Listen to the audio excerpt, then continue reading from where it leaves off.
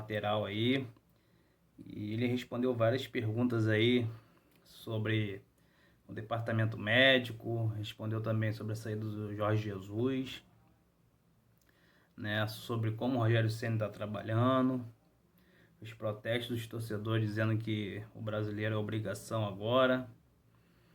Então, galera, vamos ver na íntegra, assiste na íntegra aí a entrevista do Felipe Luiz, valeu? Antes, não esqueça de se inscrever no canal, dá aquela força pro canal aí, tá? Seu like e seus comentários aí. Valeu, galera, fico com Deus, vou assistir a entrevista aí. Uma ótima entrevista, é um jogador muito centrado, fala muito bem, né? Você vê, muito profissional, né? Um ótimo jogador, não foge de pergunta, respondeu todas as perguntas, muito claro, né? Sem enrolação, muito boa a entrevista dele. Vamos assistir na íntegra aí, valeu, galera? Fique com Deus aí, aquele abraço. Para você, Felipe, tudo bem? Vamos lá. A primeira pergunta é da repórter Monique Danello, do Esporte Interativo. Felipe, com as eliminações na Copa do Brasil e na Libertadores, muitos questionamentos surgiram. Um deles envolvendo as mudanças no departamento médico e a recuperação dos jogadores. Como vocês avaliaram essas mudanças e até que ponto vocês tiveram influência nelas ou não? Primeiro clube que eu passei que eu vi que no departamento médico tem mais uma notícia do departamento médico tem quase mais peso que a dos próprios jogadores, né? Realmente foi muito falado, e dizer que todos os lugares que eu passei também existiram várias lesões e que a gente confia plenamente no Dr. Tanuri, nas decisões dele. Ele foi o responsável ano passado por fazer eu ter uma recuperação praticamente milagrosa, eu, o Arrascaeta, o Diego, foi um dos responsáveis, né, pra gente poder ter jogado aquela semifinal da Libertadores, depois de uma lesão grave no joelho.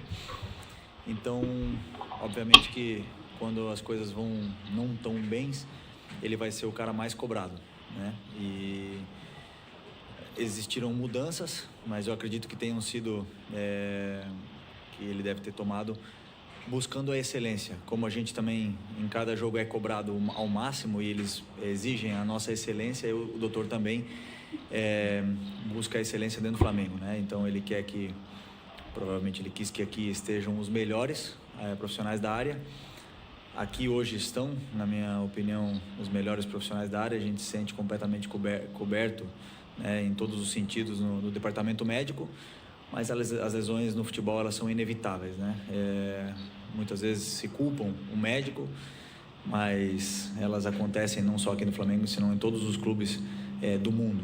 Então, como você falou, sempre que existe um consenso e a transdisciplinaridade é excelente, todo mundo sai ganhando com isso. Mas, como eu falei, o doutor tem total autonomia e a gente tem a total confiança nele de que ele vai fazer o melhor para poder devolver todos os jogadores. Eu fui um deles, né, lesionado da melhor forma possível para o campo, o antes possível, mas principalmente que não tenham recidivas, isso é o mais importante. Isabelle Costa, Paparazzo Rubro-Negro. Saiu uma informação que ontem vocês se reuniram para fazer um churrasco do grupo e comissão, que antes era organizado pelo Rafinha, e você até destacou como importante na coletiva de despedida dele. De quem partiu a ideia e se você acredita que seja importante o grupo ter mais momentos como esse? É engraçado que seja notícia isso, né? Porque esse almoço a gente faz todos os meses. Antes do Rafinha já se fazia, se fazia durante o Rafinha. O Rafinha era um participante importantíssimo do nosso churrasco, um cara super alegre, super contente, mas acredito que seja com o intuito, por exemplo, né, de não só ficar nesse grupo fechado de jogadores, comissão técnica, senão de expandir ao máximo todos os membros aí do CT, como funcionários da cozinha, jardineiros, funcionários da limpeza. Então todos jogadores, diretores, comissão técnica, departamento médico e todos os outros funcionários do CT tem esse almoço conjunto onde a gente possa se conhecer mais. E nosso time já é um time muito unido, todo mundo sabe disso, mas possa ficar ainda mais, né? E essa comunhão ela ser total em todos os âmbitos do clube do Flamengo, né? Que é importantíssimo. Eu ainda gostaria de expandir ainda mais lá na Gávea, com todos os sócios, tudo, mas obviamente que esse é um almoço numa data que a gente pode durante a semana, mas que mais para frente, quem sabe a gente possa aí ter mais esse carinho aí do sócio torcedor. Sidão Marinho, Rádio Transamérica. Toda vez que se faz uma avaliação do Flamengo, existe uma imediata comparação com o futebol de 2019, comandado pelo Jorge Jesus. Já que o time teve um grande desempenho, você acredita que isso atrapalha e é hora de mudar esse comportamento ou não? Olha, a etapa do Jorge Jesus acabou, né? A partir do momento que ele decidiu fazer a mala dele e voltar para Portugal, acabou. Triste, porque ele era um pai pra gente, era muito mais do que um treinador, era um gestor de grupos, era um amigo, era um pai. E a decisão dele ter saído foi realmente traumatizante, né? Para o clube todo, né? E não importa o técnico que viesse, veio o Domi. Mas se viesse o Mourinho, o Guardiola, o Simeone, qualquer um aqui, ia ter uma resistência grande, não só dos torcedores, senão dos treinadores, dos jogadores, dos diretores. Qualquer comparação, qualquer mudança que mínima que fosse no começo da chegada desse treinador novo, ela seria muito questionada, né? Então, o Domi fez parte de um processo, né, de reestruturação. A gente teve que se reinventar de certa forma, esquecer o Jorge e fazer coisas novas. O time teve que se readaptar, porque não adianta, não existem dois treinadores iguais, né? Então, o Domi foi importante nesse processo, acabou não dando do certo até o final, mas o Rogério veio e estamos com ideias novas, estamos melhorando a cada dia. Repito, esquecendo o que está no passado, ficam as nossas fotos na parede da glória, mas quem é ambicioso, quem quer ganhar, só pensa no próximo jogo. Eu sou assim, eu só quero ganhar o próximo jogo, não importa o que eu fiz ontem, se eu joguei bem ontem, se eu fui campeão ontem, eu quero ganhar o próximo jogo e quero tentar ser campeão o próximo, né? Então, obviamente que ficar pensando no passado atrapalha, se essa é a pergunta. Então, eu sou o primeiro que não penso mais e só quero ganhar o jogo no fim de semana. Edson Viana, TV Globo. Qual tem sido o foco principal do trabalho nesse tempo maior de treinamento que o Rogério tem agora? O que o time já vai mostrar de evolução na próxima rodada? Bom, o time vem numa evolução grande nos últimos jogos, né? É injusto falar que esperar a próxima rodada para ver a evolução. Ideias diferentes, modelo de jogo diferente do que o Jorge, que o Domi, e o Rogério vem com essa ideia nova. O time vem crescendo a cada dia, vem com uma solidez maior. É verdade que alguns jogos tomou gols, mas muitos dos gols difícil de explicar, né? Mas realmente o trabalho do Rogério nessa semana agora, o que ele vem trabalhando, que é essa pergunta. Ele é um treinador que diria completo, trabalha todos os aspectos, trabalha tanto laterais de forma individualizada, trabalha zagueiros, trabalha as linhas, as compactações, trabalha absolutamente tudo. E claro que isso exige um tempo, exige um processo de assimilação desse trabalho que ele está fazendo, mas existe também muito diálogo e muitas correções com vídeos onde a gente vai entendendo cada vez mais a sua ideia para que possamos ser o time com a cara do Rogério Ceni, né? Que, claro, como eu falei, isso aí não é de uma hora para outra, isso exige tempo. Pedro Henrique Torre, ESPN. Diante dos possíveis erros cometidos pelo time nas eliminações em Copa do Brasil e Libertadores, o que o Flamengo precisa melhorar para alcançar um nível capaz de fazê-lo arrancar rumo ao título brasileiro? Desculpa, pode repetir a pergunta? Claro. Eu estava pensando no Gabigol ali. Pode. Pedro Henrique Torre, da ESPN. Diante dos possíveis erros cometidos pelo time nas eliminações em Copa do Brasil e Libertadores, no que o Flamengo precisa melhorar para alcançar um nível capaz de fazê-lo arrancar rumo ao título brasileiro? Sempre que você perde um jogo, que você é eliminado, até mesmo empatando os dois jogos, só se olham os erros, né? E claro que existiram muitos erros. Eu me atrevo a dizer sem nenhuma dúvida que o jogo do Racing foi um dos melhores jogos nossos nos últimos meses. Aquele jogo que a gente foi eliminado, o segundo jogo. E o que o time precisa fazer? Merecer vencer, jogar desse jeito. Mesmo que não tenha vindo a vitória, que a gente tenha perdido nos pênaltis, mas o time mereceu vencer, dominou o jogo em todo momento. Não é um aspecto, são vários aspectos, né? Quem entende futebol sabe disso. Não é simplesmente entrar no campo e não errar. São várias coisas que conduzem ao acerto ou que conduzem ao erro. Nesse caso, a gente está treinando e corrigindo cada dia para que o time possa ser sólido. Eu não vou dar aqui a chave do sucesso, não vou falar aqui qual é exatamente o que a gente está fazendo, até mesmo para não dar pista para qualquer adversário, mas obviamente que cada dia que passa esses erros, entre aspas, são corrigidos. O time joga de uma forma mais conjunta, mais compacto e cada vez mais sólido. É isso que a gente está melhorando a cada dia e que foi assim no jogo do Racing. Que até com um a menos a gente conseguiu botar o time deles dentro da área. Vender Casagrande, Jornal O Dia. Com as eliminações na Copa do Brasil e na Libertadores, torcedores protestaram em frente ao Ninho do Urubu antes do clássico com o Botafogo e disseram que conquistar o Brasileiro 2020 se tornou obrigação. Você concorda que o Flamengo tem essa obrigação de ser campeão da competição e se achou justo o protesto feito por esses torcedores? A partir do momento que eu estava lá na Espanha, na minha casa, com o contrato do Flamengo na minha mão para poder assinar, eu sabia perfeitamente que é um clube, uma torcida muito exigente. Eu sabia exatamente onde eu estava vindo e essa exigência ela me motiva, né? Ninguém gosta, né, de sofrer protestos, ninguém gosta de sofrer xingamentos da torcida, mas essa torcida e esse clube, com o tamanho dessa torcida, ela vem com isso, essa exigência. A gente depende, a alegria de muita gente depende da gente, nós jogadores. Então a gente sabe desse peso, dessa responsabilidade. Entendemos perfeitamente o protesto, que ele exista, é saudável, faz com que a gente nunca relaxe. Eu mesmo, obviamente, vocês podem ver dentro do campo, ninguém relaxa, que quando se perde um gol, ou quando se comete um erro, o cara que mais está triste é o cara que cometeu esse erro, né? E isso a gente vê todos os dias aqui na CT, mesmo que os torcedores não consigam ver. Então, que exista esse protesto é uma coisa super natural. Que existe a obrigação de ganhar. Bom, a obrigação de ganhar pode ser hoje 6 clubes no Brasil que têm essa obrigação de ganhar, só um vai ganhar. Que a gente tem a obrigação de estar ali brigando e lutando cada dia para conquistar esse título, para estar lá em cima na tabela, mas pode ter certeza que nós somos obrigados a se esforçar o máximo possível para poder estar brigando pelo título. Isso nós sabemos essa nossa responsabilidade e vamos cada dia mais, como eu falei, não dormir à noite quando as coisas não saem direito, né? E não se contentar com uma vitória, senão vamos sempre querer estar brigando pelo título. Esse grupo é muito ambicioso, queremos brigar pelo título e queremos que essa mesma torcida que proteste seja a mesma torcida que vá depois no lado do nosso ônibus comemorar o título, se isso vem a acontecer. Então, a torcida e os jogadores, a gente tem que ter uma comunhão, como foi ano passado. E ela vai existir quando as coisas saírem bem, e a gente sabe disso. E, como eu falei, o protesto é uma coisa natural que vem com a pressão de jogar no maior clube do Brasil. Fred Uber, do Globo Esporte.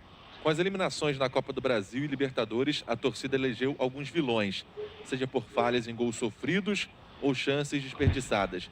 Como isso é administrado internamente no elenco?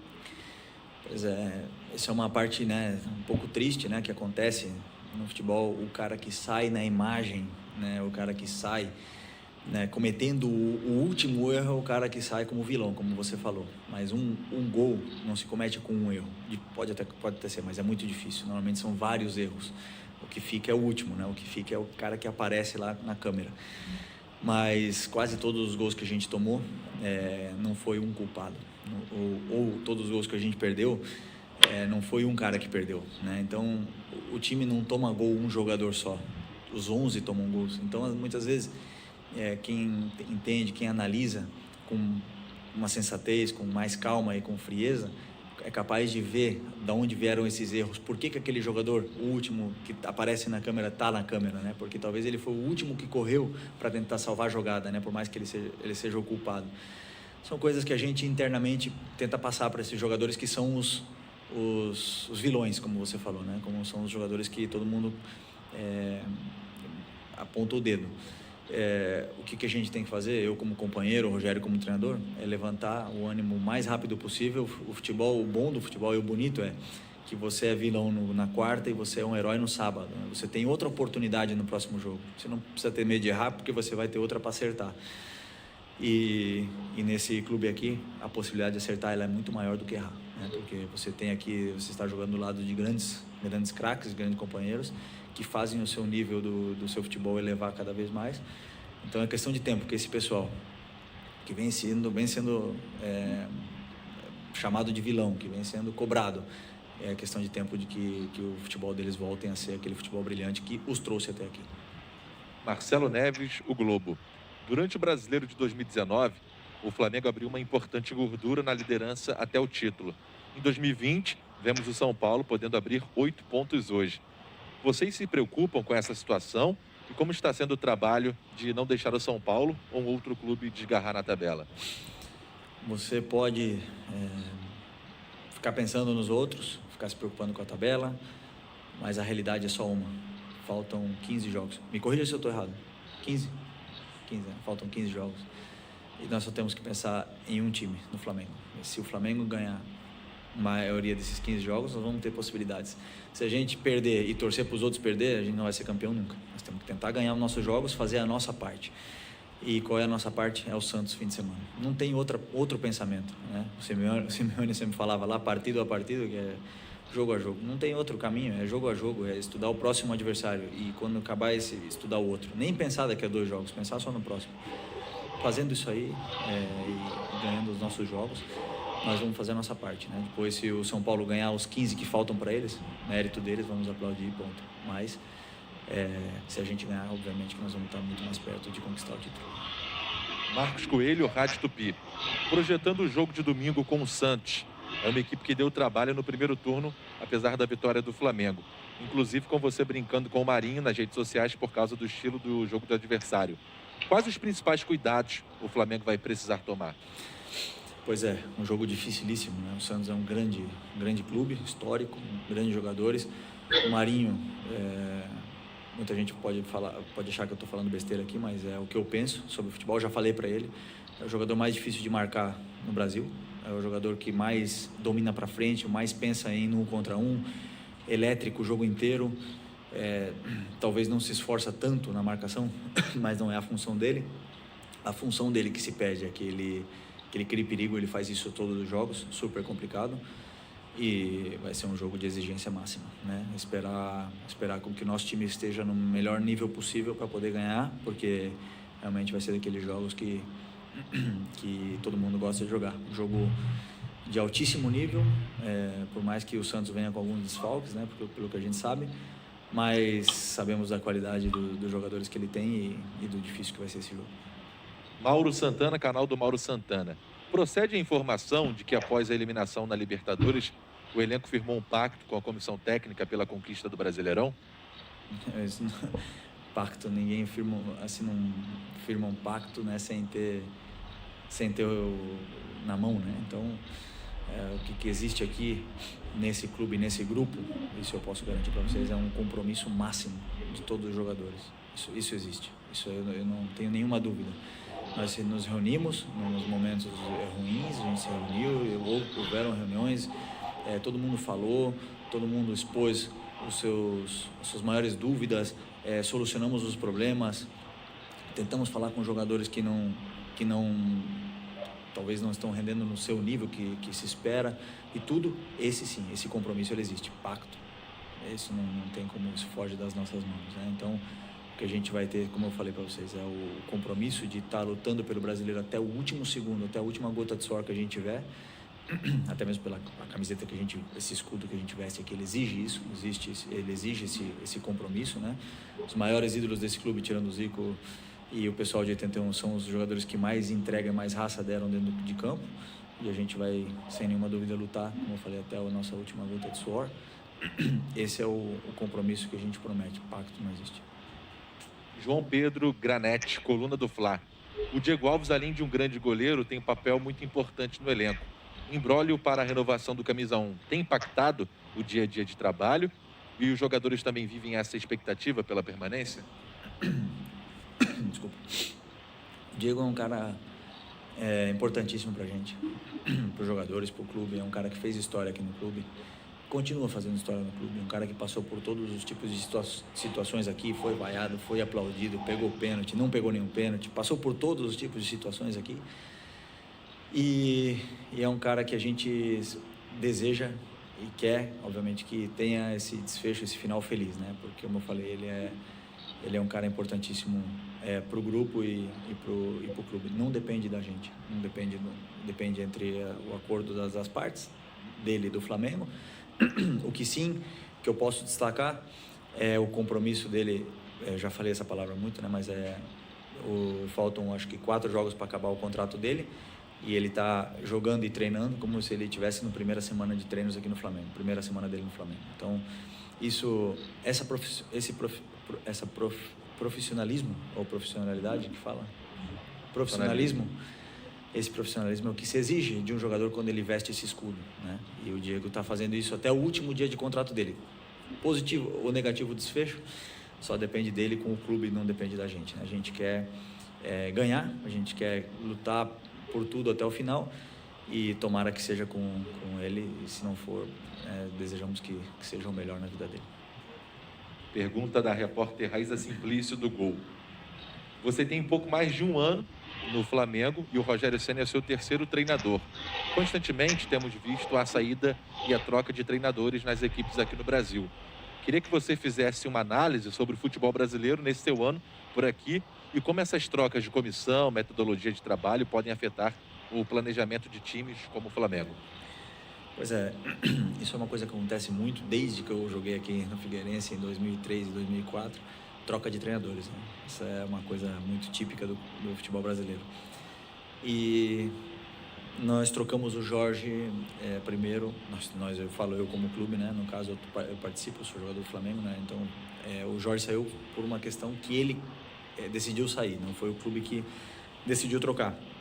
E obviamente que não é fácil, né? Não é fácil já quando você escolhe mandar um treinador embora, e muito menos quando o treinador decide sair, como foi também no caso do Cudete lá no Inter, né? Então isso muda, como eu falei, nenhum treinador é igual, sempre vem com ideias diferentes, por muito parecido que eles sejam, são diferentes, os treinamentos são diferentes, as preleções são diferentes, isso afeta. E o grande exemplo é o São Paulo, com o Diniz, 2 anos, manteve, aguentou bastante pressão, está na liderança.